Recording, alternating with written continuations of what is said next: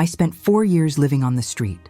On the 5th, a man in a black suit offered me a way out. He said that all I had to do was complete one mission, just one, and I would never sleep on the floor again. But what he didn't tell me is that that mission almost destroyed what little soul I still had.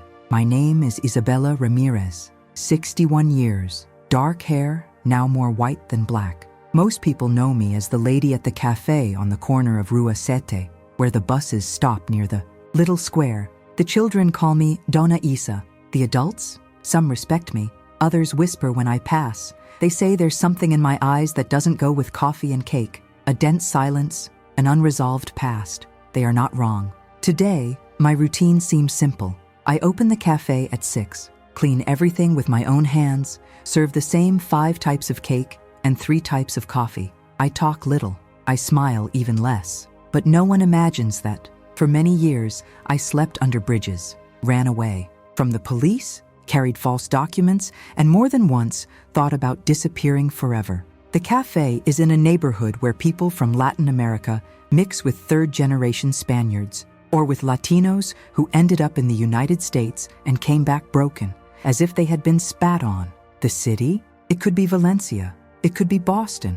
Whatever. Because what really matters is what I carry with me, not my store's zip code. That morning, it all started with an envelope. It was under the door when I arrived. White, clean, no sender. Inside, a single sheet printed with 2 sentences. The first said, "You never paid your debt." The second, just an address and a date. Rua Casal, 48. Today, 4 p.m. My heart stopped for a second. The digital handwriting looked like it came from some company, but I knew exactly where it came from. That address. I had avoided even thinking about it for over 20 years. It was where it all started. My fingers were shaking. I looked around as if someone was watching. Not a soul alive, just the sound of pigeons and the wind hitting the flags of the snack bar next door. I put the paper in my apron pocket and went in. I spent the day like a ghost inside my own body. I broke a cup, forgot 2 customers' change, left the oven on too long, and burned an entire batch of muffins. That's not me. I'm methodical, precisely methodical. I never leave anything out of place. But that message, it was like a breath of hell calling me back. 4:45. I locked everything without saying a word. I picked up my bag, adjusted the scarf around my neck, the same scarf I wore the day I entered that life 25 years ago, and walked to Rua Casal. With each step, I felt as if the ground was pulling me back. The images came like flashes. The dark room, the briefcase full of money, the muffled screams, the locked door, everything I swore to bury. When I arrived, the door to the building was ajar. I climbed 2 flights of stairs, my heart beating in my neck. Upon entering apartment 3B, I only found a chair in the center of the room and an envelope on it. Inside, there was a photo. Me, younger, holding a brown folder, next to a man whose face was covered by a black stripe, and a handwritten note. "History will repeat itself. Only now, you're the bait." I left there with my stomach upset. I ran like I hadn't done in years. I didn't even realize I was crying until a lady stopped me on the street and asked if I needed help. I didn't respond. I just kept running until I got home, locked the doors, closed the curtains, and sat on the kitchen floor, with the photo between my fingers. It was a trap, a memory, a threat, and most of all, a warning. I turned on the television to try to distract my mind. On the local news, a story about a big businessman being investigated for money laundering appeared. When they showed his face, I almost dropped the cup. It was him, the man who, years ago, took me off the street with a promise. The same man who paid me to deliver a flash drive with information that even I didn't know what it was. The same man who told me, "Do this once, and you'll get your future back." The reporter's voice said that there was a new witness who could compromise everything. Guess who? That night, I didn't sleep. I sat on the bed with the photo in my hand, the newspaper on the table, and fear running down my back. I knew what was coming. If he was being pressured, he would use me as a shield. If the police caught up with him, he would point at me. I was the disposable piece. I always have been. At 6 in the morning, I opened the coffee shop as if nothing had happened. But inside me, something had already changed. Customers came, ordered their coffees, shared their morning gossip. I just smiled, pretending I didn't have a fire in my chest. At the back of the cafe, in a small wooden box, I keep an object which I never showed anyone, an old, rusty key that opened the closet where we hid. The work, photos, contracts, audios, names, values. That key is my reminder of what I was, what I did, what I lost. That morning, for the first time in years, I took the key out of the box. I put it in my pocket and looked in the bathroom mirror. The reflection didn't lie. I was getting older, but the guilt, that was still young, alive, and dangerous. If you believe that no one is free from their own past, that every secret has a price, and that every woman has the right to decide what to do with her story, like this video, turn on notifications and subscribe to the Emotion of Age channel. Here we show that it is never too late to regain dignity, even when the past knocks on your door disguised as a businessman.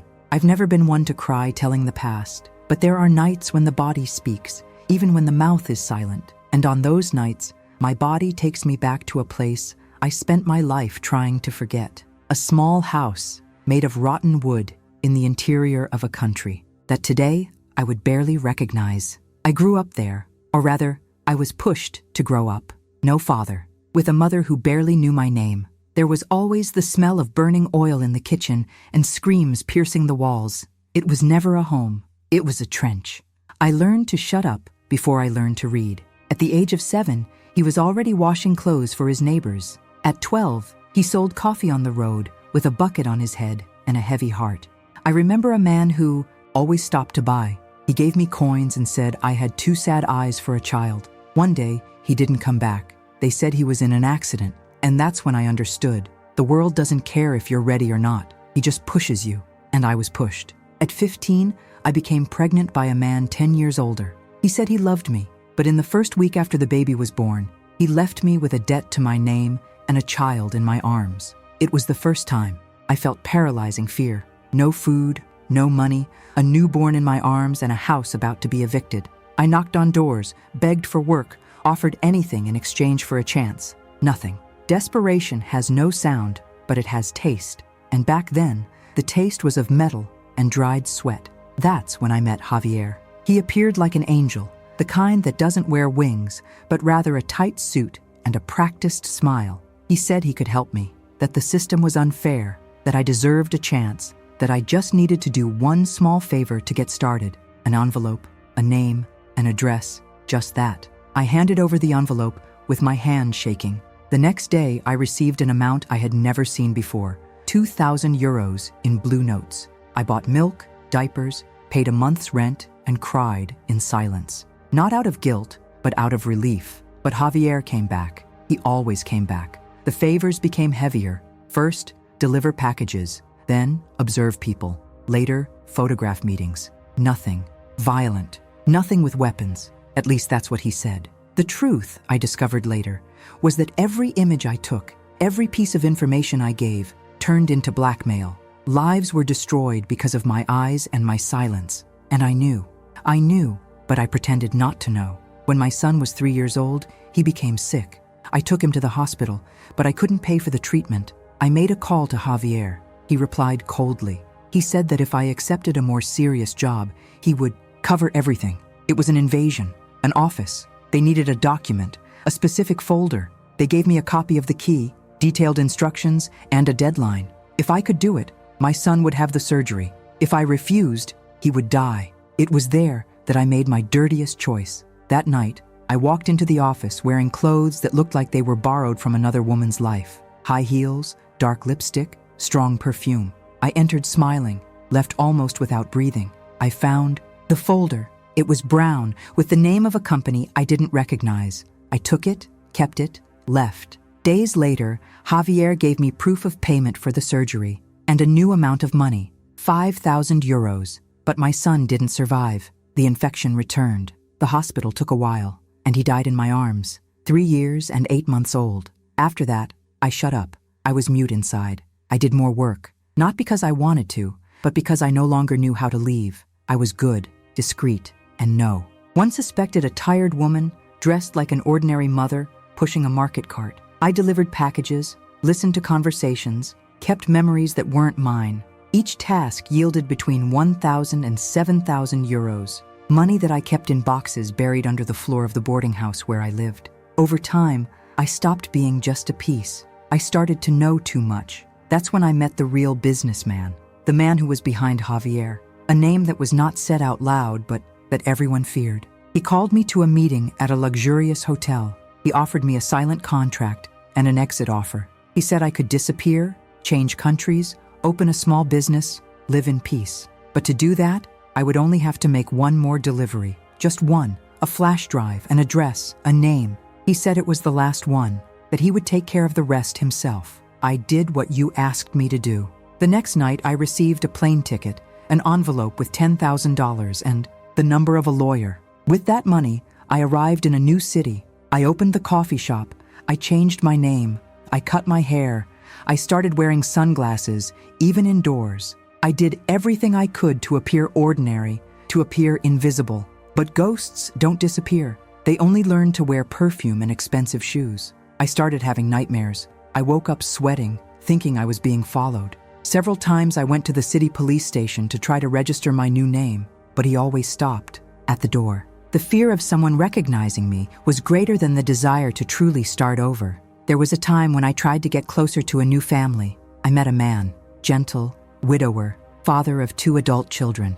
For a while, I thought there might be something like love. But every time he looked me in the eye, I felt like he saw something I didn't want to see myself. We ended in silence, without explanations. I just walked away. It was safer that way. As for children, I had a daughter after my boy's death. She grew up with Javier's sister in a distant city. I sent money, letters, toys, but I could never say who I really was. Today, she is an adult, nurse. He has an 11-year-old daughter.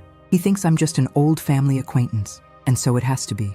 Or at least, so I thought, until the day the photo appeared. That photo, placed on the chair in the empty apartment, brought it all back. The brown folder, the look of the man with his face covered, the memory of my son in the hospital, the choices I made, and the faces of the people I destroyed. Because even if I didn't pull a trigger, I destroyed lives. I knew what I was doing. I knew that every package, every envelope, every image was a weapon in the wrong hands, and I handed over these weapons out of necessity, out of fear, out of desperation, but also for something that today hurts more than anything. For money. Yes, I sold parts of my soul in installments, and even after everything, even now with gray hair and calloused hands, I still wonder, what if I had said no that first time? Would my son be alive? Would I have a different life? Or would the world have found a way to break me differently? These questions have no answer, just time. And the weather lately has been cruel. That night, as I held the old key in my pocket and looked around the empty coffee shop, I understood something. The past is not over. He just fell asleep, and now he's waking up. And when he knocks on the door, you either hide or you answer. And maybe it's time to answer, once for all. The day after that silent visit to the empty apartment, the city seemed grayer than ever. The graffiti walls, the rushing cars, even the pigeons in the square seemed to be watching me. The paper with the address burned at the bottom of my bag as if it had a life of its own. I knew this wasn't just a memory. It was the beginning of something much bigger, something that was pulling me into the hole that I spent years trying to forget. I opened the coffee shop as always, with a trained expression. The customer at the corner table, the one who always orders coffee without sugar and reads detective novels, looked at me suspiciously. A man who used to talk to me about politics stopped coming. On the cafe's radio, the name of the businessman being investigated echoed again, this time with new information. The police were going through old files. A supposed flash drive with records of blackmail and transfers had resurfaced in anonymous hands. They didn't mention names, but inside me I knew this was about me, about what I delivered, about what I did, thinking it was the last time. Late in the afternoon, my cell phone rang. Hidden number. I answered in silence. A female voice, firm, almost robotic, said just one sentence. The same phrase that was on the note in the envelope. You never paid your debt. Then it hung up. The sound of that voice reverberated up my spine like a silent scream. That wasn't a charge. It was a promise. That same day, I found an anonymous letter taped to the back door of the coffee shop. A crumpled sheet with letters cut out of a magazine. They said they knew who I was, and that if I didn't cooperate, everyone else would know too. They included details that only someone involved could know. the name of the hospital where my son was admitted, the exact amount of the first payment I received, the brand of brown folder. It was someone from the inside, or someone who access to the same dirty past as me. I tried to stay calm. I continued serving coffees, smiling, cleaning tables, but inside, I was bleeding. For the first time in years, I began to think about the possibility of running away again, disappear, change city, maybe country, but escape to where? I was no longer old enough to start from scratch, and most importantly, I no longer wanted to run. I wanted to understand.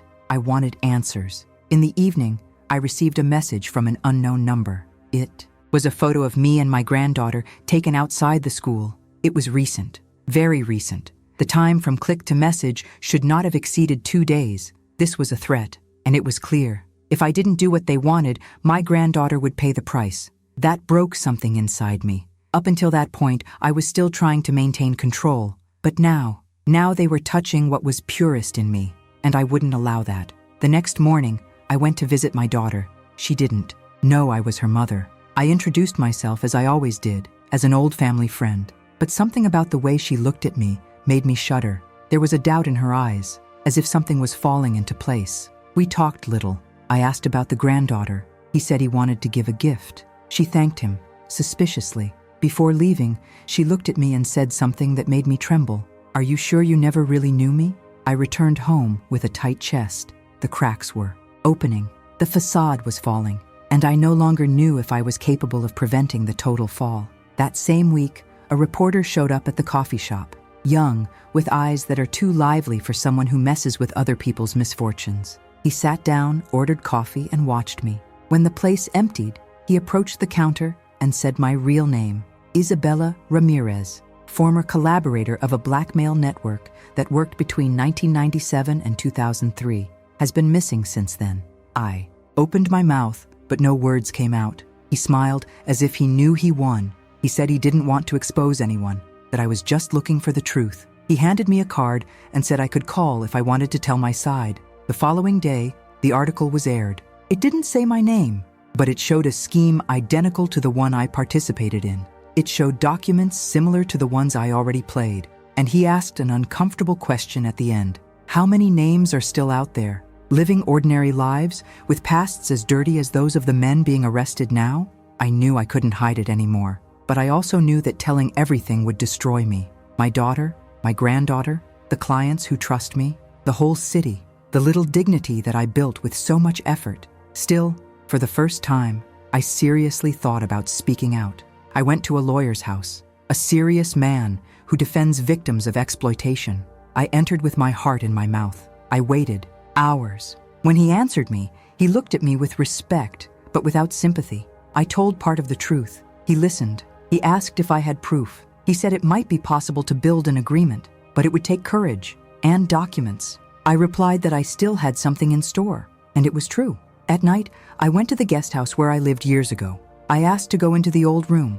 Lie. He said it was out of nostalgia. The owner, an old acquaintance, left it. I entered. The wooden floor still made the same creaking noise.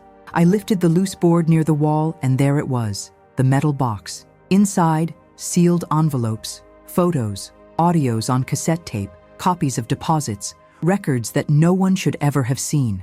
I put everything in a backpack and left. On the way back, a black car followed me for 3 blocks. I parked. He passed. I only saw one face in the passenger seat. It was Javier, 20 years older, but it was him. Cold eyes, tight lips. He didn't say anything, but the look said it all. They were watching me, and they knew I was about to do something. I entered the house with my body shaking. I sat in the kitchen, my backpack on my lap, and started listening to the tapes. Voices I hadn't heard in years. Destruction scripts. Men and women bought, paid for, threatened. And there, among the voices, was mine. Young, nervous, saying the victim's name. It was my recorded fault. Indisputable. That night, I wrote a letter. Direct, for my daughter. I told them who I was, what I did, why. I asked for forgiveness. And I said that if she wanted to hate me, I would understand. But I needed to stop pretending, before anyone else paid for my silence. If you've been listening to this story so far, it's because you believe that everyone has a limit, a point where continuing to pretend becomes more painful than facing the truth. Comment below which city you are watching. Share with someone you know carries a past that has never been spoken out loud. Maybe today is the day to start talking. Maybe there's still time. I kept the letter in a blue envelope and wrote her name on the front. Elena, my daughter. I never dared to call her that out loud. I was always the family friend, the lady with deep eyes who brought gifts on birthdays and asked a lot about her granddaughter's school. But now, after everything that was coming to light, I knew I couldn't continue living between lies and silence. 2 days have passed since I went to the boarding house to get the evidence. 2 days in which my cell phone rang 20 times with different numbers. I didn't answer. Sometimes it would only ring once and stop. Sometimes they left messages that were just breaths. Javier was playing his game. He didn't threaten me directly, but he surrounded me. He made me feel his presence in everything, like an old perfume that never leaves clothes, even after washing. That morning, when I went to open the coffee shop, I found something new. The front window was shattered. The door is still locked, but the window is destroyed. Inside, no objects taken, just a piece of paper taped to the counter. It was written, "Don't forget who gave you everything." The lyrics were known. I had seen it before, years ago, when I was given instructions on how to act, how to dress, how to be silent. Some neighbors approached. They asked what had happened. I pretended I didn't know. He said it must have been common vandalism, but inside, I knew it was a message, a clear message. You speak, you lose. And this time, it wouldn't just be my reputation. That night, I received a visitor. Elena showed up at my house, alone. I was nervous. His eyes were red, like someone who cried before making a difficult decision. He entered without asking permission, as if he had rehearsed it 1,000 times. I didn't know whether to hug her or run away. She held the blue envelope in her hands. He had found the letter before I could deliver it. He asked if it was true.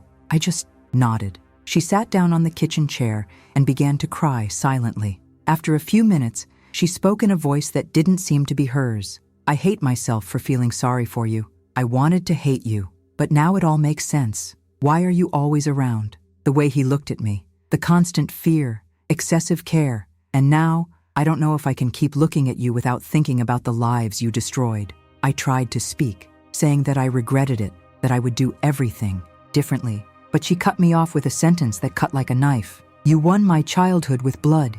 He paid for my education with dirty money, and now you want forgiveness?" I am unable. She left, slamming the door. I stood there, alone, with the empty envelope on the table. For the first time in many years, I screamed. A dull, soundless scream. A scream that came from places so old that I didn't even know they existed anymore. The next morning, I received an envelope delivered by a biker.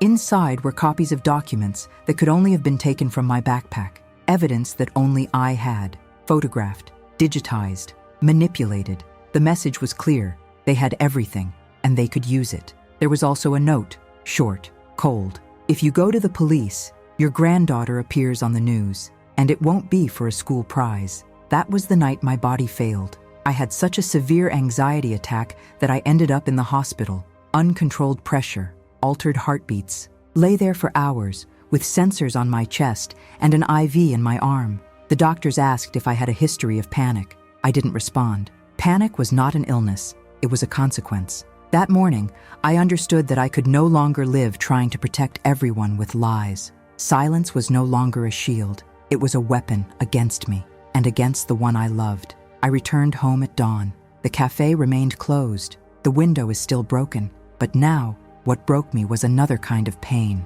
The pain of emotional loss. The pain of exposure. The pain of her daughter's contempt. The pain of knowing that no matter how much I gave everything, it might never be enough to redeem what I did. I took the backpack with the evidence. I separated everything into folders. I made copies. I scanned documents. I recorded a video of my confession. I spoke to the lawyer. She said she was ready to formalize the complaint. He asked me to go to the special police station for protected witnesses. I made an appointment for the next day. But first, I needed to see my granddaughter. I went to school. I stood on the other side of the street, watching. She came out with her pink backpack, her hair tied up, smiling at a friend. She was still smiling. It was still intact, and I needed to do something to stop that from changing. Never. It was then that the black car appeared again. Pulled over to the corner, windows tinted, engine running. A man leaning against a lamppost, talking on the phone. When he saw me, he hung up and smiled. It was a crooked smile, challenging. I didn't say anything.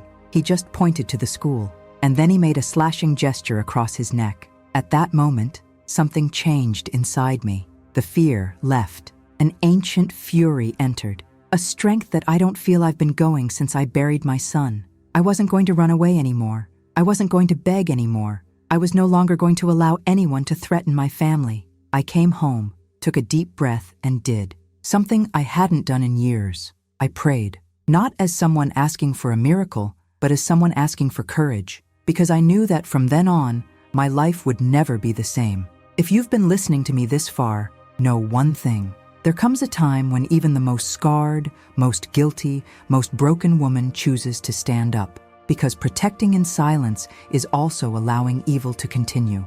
And I chose to speak, even if it hurts, even if it costs, even if it breaks me. If you believe that there is a turning point in every life, comment below with the word courage. Share this story with someone who lives in silence. Sometimes, what we need most is to see someone breaking the cycle to understand that we can too. Because the past may be immense, but it is never greater than the decision to change. The first thing I did that morning was open my backpack and spread all the documents on the table. The audios, the extracts, the photos, the fake contracts, the blackmail transcripts, and most importantly, the original pen drive. The same one I handed over so many years ago, believing it would be my way out. Now it was my only weapon. I spent hours cataloging everything, reviewing each voice, every signature, each value. I revisited names I thought I had forgotten, people who disappeared, others who died under suspicious circumstances. It was all part of something much bigger than me, and I had been the silent cog, the hand that delivered the poison, disguised as an envelope. I called the lawyer. She said she was ready. He instructed me to deliver a copy of the material to the prosecutor's office, directly to the financial crimes sector. He gave me the name of an ethical prosecutor, known for investigating politicians and business people, even under threats. I scheduled the meeting for the afternoon of that same day. It was now or never. Before leaving, I took the old key, that key I kept for so many years. I put it on a chain and hung it around my neck. It was my symbol, my reminder, the thing that brought me back every time I thought about retreating. I looked in the mirror one last time. The woman I saw there was no longer a fugitive. It was someone he chose to face. I arrived at the prosecutor's office building with my heart pounding. As I passed through the metal detector, my hands were sweating, but I didn't tremble. I went up to the third floor. The prosecutor received me with attentive eyes, heard my name. He motioned for us to enter a private room, and for almost 2 hours, I talked. I showed everything. I told everything. What I did, with whom, why, how, when. I spared no names, not even Javier's, not even that of the businessman, not even myself. She listened in silence. I took notes, interrupted with specific questions. When I finished, he took a deep breath. He said that what I was handing over could open a large-scale investigation, but he also warned that the risks would be high. I would become a key witness, and that meant one thing: visibility. Those who threatened me would know it was me, and I would have to be prepared. That same day, she called the witness security sector. They offered partial protection, monitoring, and, if necessary, immediate withdrawal. But I refused. He said he wanted to stay where he was, that I needed to keep my granddaughter safe, close. I didn't want to run away anymore. They accepted, but with reservations. In the evening, I received a call. It was Elena. She was shaken. He said he had seen the movement in the press. The journalist's article had been updated, now with indirect mentions of a mysterious woman who had handed over essential evidence against the businessman being investigated. She understood everything. He asked if it was me. I said yes. There was silence, far away, and then she spoke. He said he was still angry, but also scared. He said he now understood why he needed so much care throughout his life. She said she remembered a day, as a child, when a woman carried her on her lap during a fire in the building where they lived. She didn't know, but that woman was me. I had come back to see her, and in the midst of chaos, I saved her. Without ever telling who he was, she remembered and cried. He said he didn't know if he could forgive me, but I didn't want to lose myself. That, as confusing as it was, she would rather have the truth than live with a comfortable lie. We ended the call in peace, a painful but true peace. I knew this was the start of something, not immediate reconciliation, but from reconstruction. 2 days later, the prosecutor informed me that the investigation was progressing. The evidence was solid. Javier had been located. He was on the run, but bank transfers were being tracked. Justice was beginning to move, and the businessman, now publicly identified, was summoned to testify. The press was on alert. In the meantime, I received an unexpected message. It belonged to Javier's former ally, one woman who, like me, had been used, bought, threatened. Today, she was a pastor in a peripheral neighborhood. I found out about my involvement on the news. He wrote to me saying that he had been praying for me all these years, that he also had evidence stored, and that she was willing to testify. We arranged a discreet meeting. She handed me copies of recordings, and together we wrote a letter to the prosecutor's office. Now there were 2 of us, and soon others would come. The network of silence began to unravel. I was no longer alone. A imprensa descobriu que uma ex-funcionária-chave da rede havia se apresentado voluntariamente. They began to speculate my identity. A local blog published a theory based on old records. They linked my name to that of the coffee shop. The facade started to crack. The next day, I received a call from the journalist. He said he knew who I was, but he promised to keep my name confidential until I decided to speak. I wanted an interview, a testimonial. I said I needed time, but for the first time, I didn't hang up in anger. I realized there was value in telling the story, not to clean myself up, but to warn, to protect others, so that no one else would go through what I went through. That night, I opened the coffee shop again. Some people looked at me strangely. Others smiled as always. Mas algo estava diferente. I was different. For the first time, I felt whole in there. That place, which had been a refuge, was now a trench. It was a symbol of what I built with my own hands, even carrying the weight of so many wrong decisions. As I washed the cups, I felt the key around my neck hit my chest. I looked at her. The same key that once opened a box of secrets now reminded me that everything can be reopened,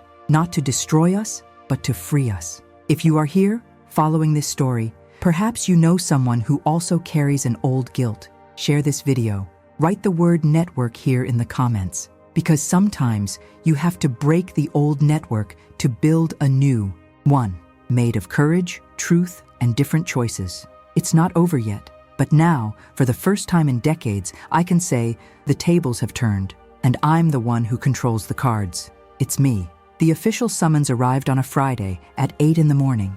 A white envelope, sealed, with the seal of justice in the upper corner. Inside, the formal notice that I should attend the public hearing on the accusation of financial crimes, extortion, and conspiracy involving the name of the businessman, Javier, and others, still under investigation. My testimony was expected to be the centerpiece of the process. It would no longer be a hidden testimony. I would be in front of judges, lawyers, press, cameras, and maybe faced with the past itself, looking into my eyes. The night before the hearing, I didn't sleep. I reviewed every detail of the documents submitted. I rewatched the video I recorded with the confession, now part of the process. My daughter hasn't responded to the last few messages, but my granddaughter secretly sent an audio saying she was rooting for me.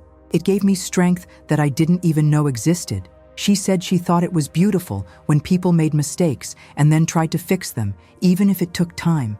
Words from a child, but with the weight of redemption. I woke up before the sun rose. Coloquei uma roupa simples, sem vaidade. Light shirt, black pants, flat shoes. I tied my hair up. The necklace with the key was hidden under the blouse, like an invisible shield. I arrived at court an hour early. The building was imposing, with large windows and hallways that smelled of coffee and old paper. There were journalists at the entrance, cameras positioned. No one knew exactly who the woman behind the evidence was, but they knew she would come. The prosecutor received me in the anteroom. He looked into my eyes firmly. He said that I didn't need to hide anything, that my story was consistent, that I wasn't alone. I took a deep breath. When they called my name, I felt my legs feel heavy, but I walked, one step at a time. The room was packed. Judges, lawyers, reporters. In the dock, the businessman, sitting, dark suit, impassive face. Javier wasn't there. He remained at large, but everyone knew he was also part of the game. And now, it was an exposed piece. Fui chamada a frente. I sat in front of the microphone. The judge asked me to say my full name and profession. For the first time in many years, I spoke my real name in public. Isabela Ramírez, merchant. Silence in the room. I started talking. My voice was firm. I looked at the judge, then to the prosecutor, and then to the man who once promised me a new life in exchange for silence. I told everything, how I was enticed, how I got in, the first services, the loss of my son, the despair, documents delivered, payments, the orders, the codes, the threats. I spoke of the years I lived in hiding, from fears, of the lies, and finally, the decision to break up with everything. With each sentence, I felt as if part of the weight was leaving me. But it wasn't relief. It was responsibility. It was choice. At one point, the businessman's lawyer interrupted me. He tried to destabilize me. He asked if I was part of the scheme willingly, if I didn't profit from everything, if I wasn't as guilty as the others. I breathed. I looked at him calmly, and he said yes, that for many years I was an accomplice, that I accepted money, that I caused irreparable damage. But I was there, standing, handing over evidence, names, records, putting my life, my safety, my family at risk. And he wasn't asking for forgiveness easily. He was offering the truth, and that no one else had done. The prosecutor reinforced my role as a collaborator.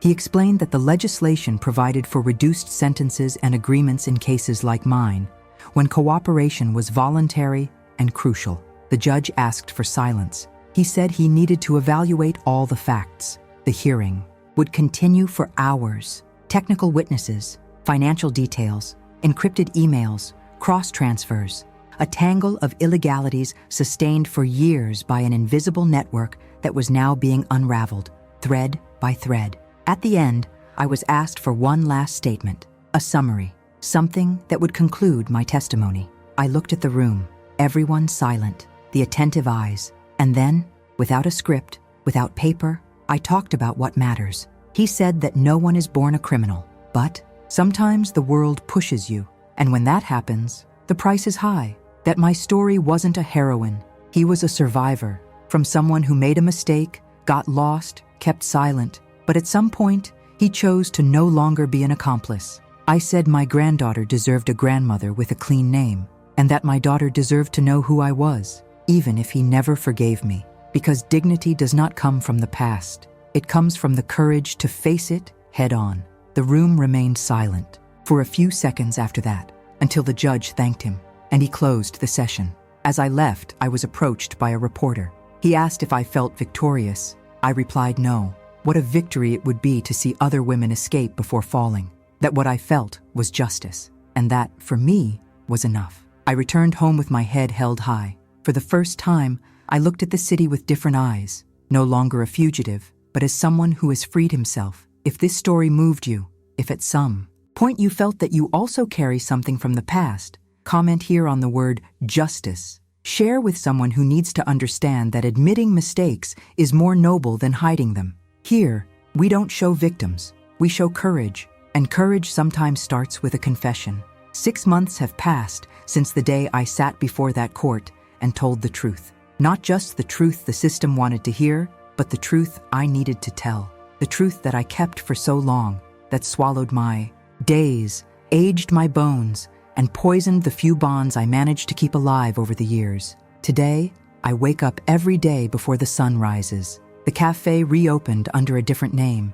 We changed the facade, renovated the interior, but kept the same smell of hot bread, the same strong coffee, and the same tired hands behind the counter. Now it has a second door, which leads to a small room at the back. There, a social project works for homeless women, victims of grooming, abandonment, and abuse. It is not a shelter, nor a traditional assistance center. It's just a safe space, with hot water, hot food, and hot listening. Place of words, not of judgment. The initiative was created with part of the amount received after the legal settlement. Instead of personal compensation, I suggested to the judge that the money be used for concrete actions of social reparation. It was not a heroic gesture. It was a way to balance the scales, albeit imperfectly. The prosecutor agreed. The judge accepted. And so, The space that today is called Chave da Rua was born. The name came from the key I always carried with me, the same one who one day opened a box full of evidence and at the same time opened my own path to dignity. It now hangs in a simple frame at the entrance to the room. Below it, a phrase embroidered by one of the women in the group. The door that expelled you could be the same one that will set you free. My daughter hasn't hugged me yet, but visit me.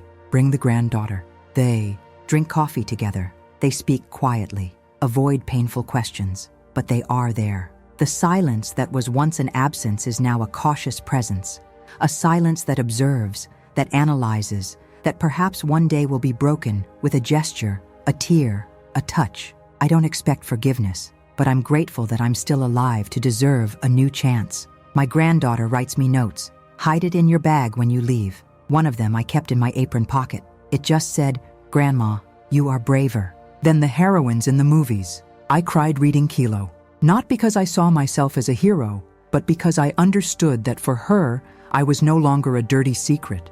I was a crooked example, but still an example of someone who faced. Javier was arrested. He was found in another country, trying to escape with a false identity. The evidence provided by me and other collaborators was sufficient for a long conviction. He didn't say a word during the trial. He only looked down when the prosecutor read the names of the victims he destroyed, including my sons. At that moment, I didn't feel angry, no relief. I felt grief, because even the monsters have passed. And sometimes, the worst monsters are the ones we were taught to call saviors. The businessman was also convicted. The scandal was on the front pages of newspapers for weeks. People who used to walk alongside him now deny that they even knew him. Truth is a blade that cuts reputations and frees consciences. He lost everything, but I didn't celebrate, because I lost a lot before. I lost years, bonds, time, and this type of loss does not appear in the processes. The city looks at me differently. Some whisper, others smile respectfully. A lady handed me some homemade bread a few days ago and said she always knew there was something strong in me. Another man, a former client, said he cried listening to my testimony, who remembered his sister who disappeared at the hands of a similar network, thanked me, and he left. No more. Words, just that, a gesture, a recognition, a type of justice that no judge can give. The journalist wrote an article about me, without exposing my face, no sensationalism. He talked about the power of breaking the cycle, about women who choose courage even when everything around them insists on punishing them for not being perfect. The text went viral. It reached other countries, other cities. I received letters, messages, similar stories, voices that felt seen through mine, and that's when I understood. Telling is not just about freeing. It is also opening the way for other voices. Today, I sleep better. I still have nightmares. I still wake up scared, sometimes thinking that someone is going to knock on the door with a gun or with a memory that I would rather bury. But I also wake up with a desire to live, to teach, to take care of, and to continue. I no longer carry guilt like a chain. I carry it as a learning experience. She doesn't dominate me, but it didn't disappear either. It's there, like a scar that burns when it rains. And that's okay, because a scar is a sign that the wound has closed, not without pain, but it closed. If you've heard this story so far, I invite you to be part of this chain of courage. Like this video, subscribe to the Emotion of Age channel, and turn on notifications. Here, we share real stories of women who fell, but chose to get up. And if at any point you found yourself on this journey, felt touched or touched, comment below with the word key. Share with someone who needs to hear that it's never too late. Never, even with everything against it, even after everything is done. There is still a way, there's still time, and dignity, no matter how wounded it is, never dies. She waits. Wait for the right moment. Wait for the decision. Wait for the courage. Wait for you. In life, there are people who pass by us like shadows, silent, discreet, almost invisible. But when these people disappear, the void they leave screams. That's what I realized when one of the women who attended the Chave da Rua project disappeared without warning. Carmen, fictitious name, but real story. He came to me with a look similar to the one I saw in the mirror years ago. I was running away from an abusive relationship, without documents, without support, without ground. For months, she listened more than she spoke. But one day, he brought an envelope. Inside, photos of a local politician in compromising situations. She said they had been used to force her to remain silent. She didn't want revenge. I wanted peace, and asked me what to do. I held that envelope with both hands, and inside I felt the same nausea I felt when it all started. I took a deep breath, looked at her, and said with all the firmness I could find, telling the truth is never simple. It's never painless, but it's the only path that doesn't return. She thanked me. It never appeared again. I discovered days later that I had requested refuge in another country. He left in silence, but she took something with her, the certainty that I was no longer alone. This is the kind of thing that no one teaches in books, the strength that emerges from the encounter between two different pains, the courage that is born when a woman sees in another the possibility of not repeating the cycle. It was at that moment that I realized that my story, no matter how dirty, heavy, and scarred it was, had become a root for others to begin to sprout. I started writing down these stories, not to publish, not out of vanity, but to leave a record, a kind of testimony of what happens when truth finds space to exist. And in this process, I found other versions of myself, women who they also lived in the shadows, who also accepted proposals in exchange for survival, which also carry a past that doesn't fit in a sentence. One of them was Rosa, an immigrant who worked as a cleaner in a luxury building. One day, he heard a conversation, and for fear of being deported, she remained silent for years, until her voice fell ill, literally. He developed a problem with his vocal cords. He arrived at the project without being able to speak. He wrote everything down in a notebook, and there, between one page and another, was a report that incriminated powerful names. She didn't want to report it. I wanted to understand if it was my fault for keeping quiet. I read everything. I closed the notebook, and I told her what I wish they had told me many years ago. Silence under threat is not cowardice, it's survival. And surviving sometimes is an act of resistance. These women are no exception. They are the rule of a system that swallows the vulnerable and turns them into accomplices, even when all they wanted was protection. Therefore, I created a listening circle within the project. No police, no judgment, no obligation. A space where they can talk, where the word does not become proof, but a path, where guilt becomes a starting point, not a sentence. In this process, I found something I thought I had lost forever: faith. Not a religious faith, but human faith. Faith in time, in reconstruction, in power that has a story told from beginning to end, with all its shames, falls, and small victories. I receive, almost every week, letters from places I have never visited, from women who saw my name in some article, in some video, in some report. Some write to ask for advice, others just to say that they haven't had the courage to speak yet, but that they are thinking about it. I answer them all, one by one, because I know that on the other end of the line, there could be an Isabella waiting for a signal. One of the most memorable letters came from a granddaughter, not mine, but from a lady who was arrested at the age of 68 for involvement in a pension embezzlement scheme. The granddaughter said that, despite the family's shame, she wanted to understand why her grandmother did that, and he found a bit of an answer in my story. He said he read my name, looked for everything he could find, and decided to write. At the end of the letter, it said, "If your granddaughter wrote to you saying that you are a hero, know that mine is beginning to understand that not all heroines wear capes. Some use silence, hot coffee, and belated courage." It destroyed me and rebuilt me at the same time, because the story goes beyond me. It spreads, and every woman who allows herself to remember, count, face, start over, is writing this new page with me. And even if some can never legally free themselves, there is a type of freedom that justice cannot reach. Internal freedom, the one that comes when you look in the mirror and never look away. Now, more than a year after that court, I still tread carefully. I still lock the doors twice. I still look back when I cross the street. But it is no longer fear that guides me. It's consciousness. I am no longer just a survivor. I am someone who decided with everything I had to become a lighthouse. Even if it's shaking, even if in ruins.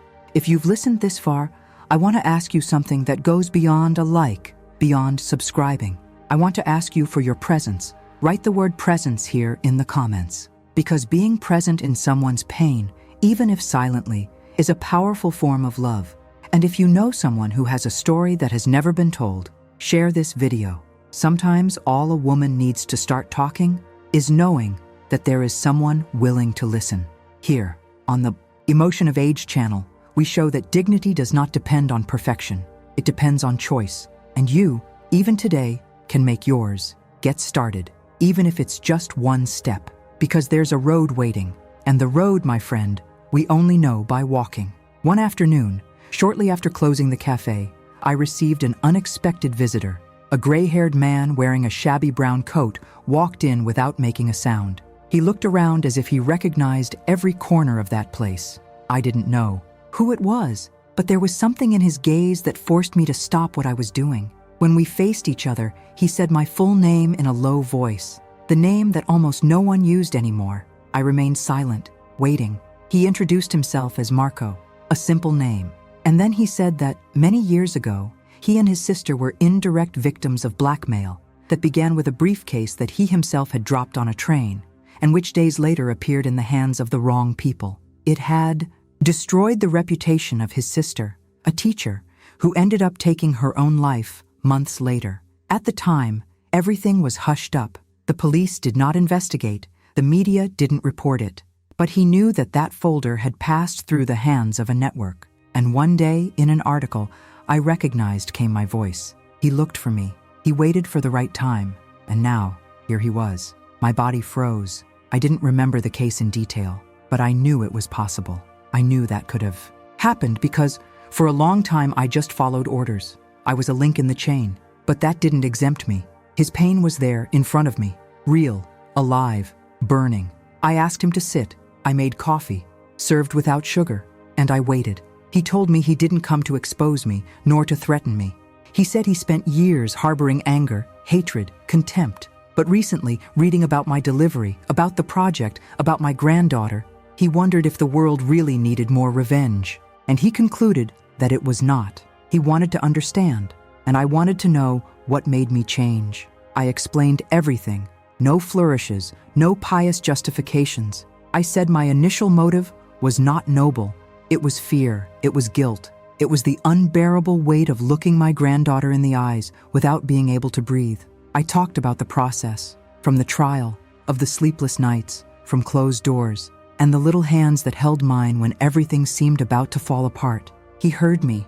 He drank his coffee in silence, and before leaving, he left a sentence that still echoes within me. He said that forgiveness is sometimes not absolution, it's liberation.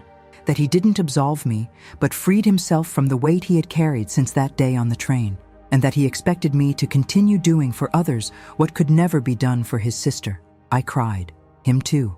We said goodbye like two survivors who didn't know if they deserved a reunion, but who had it. That night, I sat in the kitchen and wrote everything down in my notebook, the same one where I write down project stories, and for the first time, I didn't feel guilty when writing. I felt responsibility. I felt a kind of love for the process, for the courage to continue even with cracks. In the following months, other doors opened. I was invited to give a talk at a local university, not to speak as an expert, but as a living experience. I went in nervous, but determined. I saw young people of all ages in the seats, girls with curious eyes, older women with tired eyes, men who listened in silence.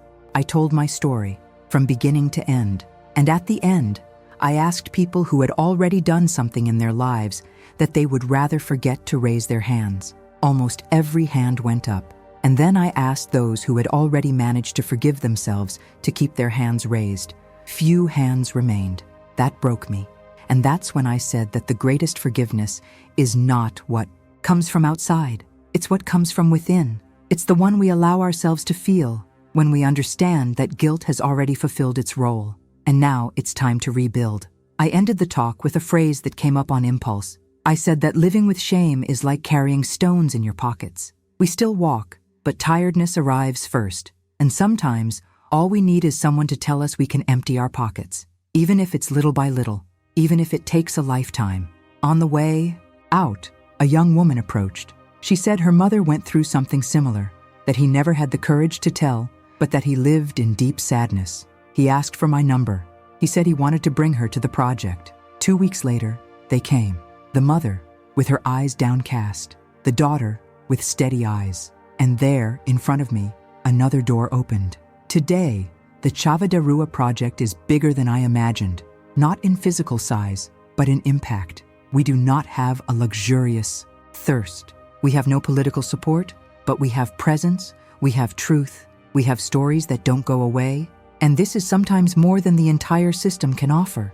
If you've come this far, if you've followed all these chapters, if you've been moved, if you've felt anger, compassion, or just remained silent, know that you're also part of this current. Leave the word current here in the comments, because every story told truthfully connects to another. And it is like this, a chain of voice to voice, that an entire cycle of silence, fear, and shame is broken. Like this video. Subscribe to the Emotion of Age channel, turn on notifications, and share with someone who needs to know that there is still room to start over. Starting over is possible, even after everything, even with everything against it. Just one decision, just one step, and the rest, courage takes care of. Today, as I write these last words sitting on the porch of my house, with the smell of freshly brewed coffee, coming from the kitchen and the orange sun slowly touching the old tiled wall, I understand what it means to go through a lifetime carrying the weight of wrong choices and still find space for dignity. It wasn't fast, it wasn't simple, and it wasn't always fair, but it was true. And the truth, even when it breaks us in half, is the only place where the soul can finally rest. For a long time, I thought my story needed to stay buried. What the hell, no one would ever understand the reasons behind what I did. That my silence was the only possible price for the safety of those I loved. But the truth is that prolonged silence does not protect. It rots. And one day, what rots inside us starts to leak out into everything around us. It moves away, hurts, deforms. And I found myself losing what was most precious, not through direct action, but through the erosion of everything I hid. Retelling everything here was like slowly opening an old wound. Every detail, every name, every face, every night. I cried without knowing if what I was doing was survival or cowardice. But in sharing, I discovered something I never expected: empathy. People who listened without judging, who recognized in me pieces of her own mother, her own grandmother, her own story. People who saw beyond the label, who understood that redemption is not a prize. It's a process, a tortuous path that requires daily courage. If I could leave just one thing for those who have made it this far, it would be this: don't wait for life to be clean before trying to start over. Don't expect everyone to forgive you. Don't wait for time to come back. He doesn't come back, but it offers new margins every day. And it is possible, even with wet clothes from old mistakes, to cross to the other side. Today I have little: a simple cafe, a group of women who take turns listening and welcoming, a granddaughter who still believes in me, and a daughter who, even without hugging, can look me in the eyes without so much hate. That, to me, is wealth. It's more than I've had for decades. There are nights when I still dream about the days of escape, with the eyes of those I hurt, with the threats I received.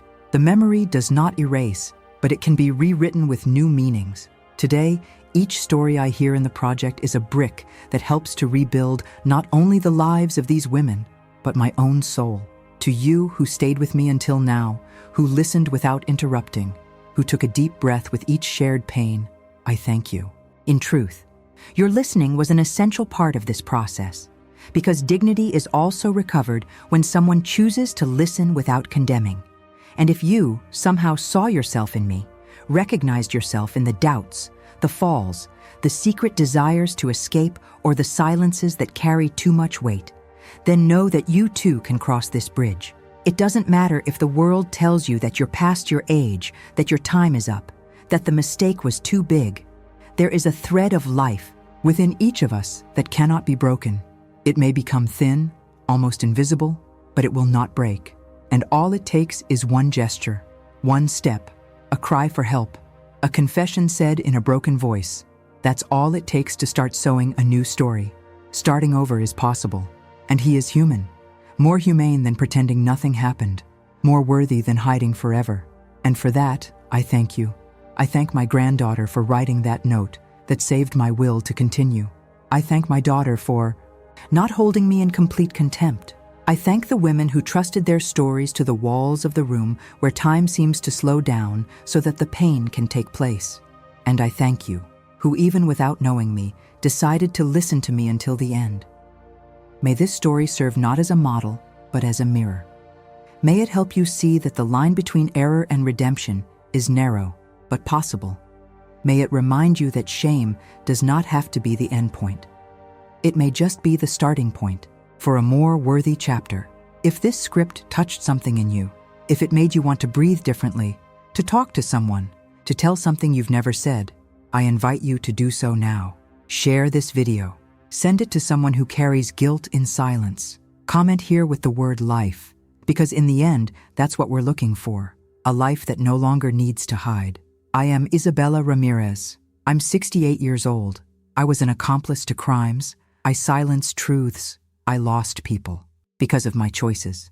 But today, I am a woman undergoing reconstruction, and I follow, with dignity restored, with scars showing, with the key in the chest, and with the certainty that it is never too late to cross what seems insurmountable. Thank you so much for walking with me this far. Now it's up to you.